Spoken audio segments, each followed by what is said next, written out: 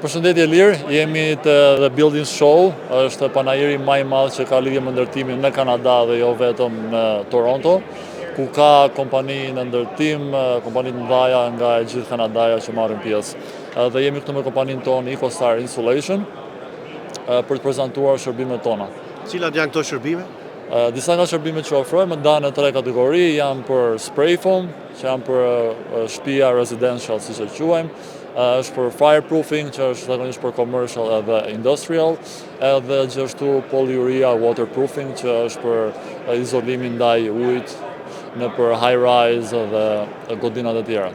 Sa po ka filluar, është dita e parë, në këto orë të para, si ju duket interesi i publikut?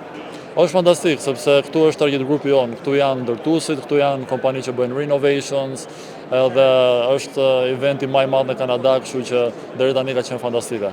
Si paraqitet situata e krahasuar me vitet e kaluara? A është prekur ky sektor nga tarifat, nga kriza, ajo që quhet krizë në përgjithësi?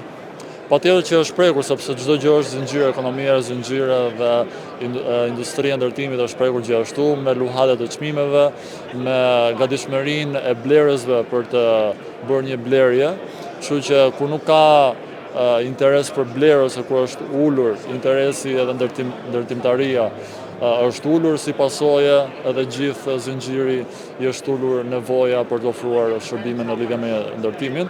Po gjithsesi ne jemi me fat si kompani sepse jemi diversifikuar, nga që mbulojmë 3 sektor, edhe residential, edhe commercial, edhe industrial, kështu që deri tani kemi qenë shumë mirë. Armir, si përfaqësuesi Toronto Spray Foam Parts, do desha të na bëni një paraqitje të përmbledhur të aktivitetit të kësaj kompanie.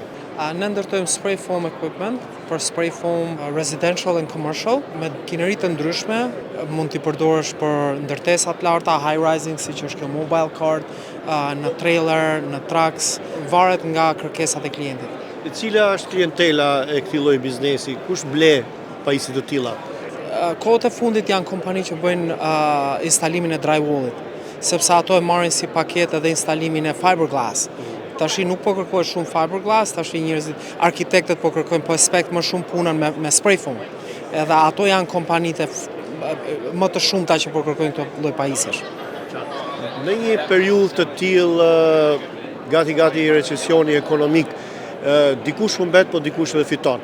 Kush përfiton nga recesioni? Është shumë e vështirë ta kesh një përgjigje specifike për këtë. Ka rënë çmimi për shembull? Jo specifikisht në këtë lloj biznesi, paktën deri tash çdo gjë ka qenë mirë, nga që ne shesim edhe në gjithë Kanadan. Edhe disa nga provincat kanë shumë ndërtime, sepse atje ka shumë kërkesë për shtëpia. Edhe Toronto gjithashtu ka shumë kërkesë, Toronto konkurenca është më e madhe sepse edhe popullsia është më e madhe, ka më shumë kompani. Po ne ofrojmë shumë servise, kështu që deri tash nuk e kemi ndier këtë rënje. A ka interes nga bizneset shqiptare? Po, ka shumë. Ka shumë shqiptarë që kanë ble spray foam equipment edhe po punojnë shumë mirë. Do desha të di nëse jemi në kohë për t'i bërë një thirrje teleshikuesve shqiptarë në Toronto që të vinë ta vizitojnë edhe t'ju takojnë edhe juve, sidomos ata që janë më të interesuarit. Mendon se ka kohë për këtë? Po patjetër, sepse do jemi këtu deri të premten, në orën 1 PM të premten, nga ora 9 të mëngjesit, kështu që mund të vinë kushdo që ka interes në këtë industri në ndërtimin, që me renovation, construction dhe shërbimet të tilla. Ne jemi këtu EcoStar Insulation, booth 1912, 1912, është dhe pak simbolike kjo që ka bëjë me kompaninë. Prandaj ju ftojmë të gjithë që të vinë na vizitoni. Booth number is 1912, 1912. South Building. South Building, po.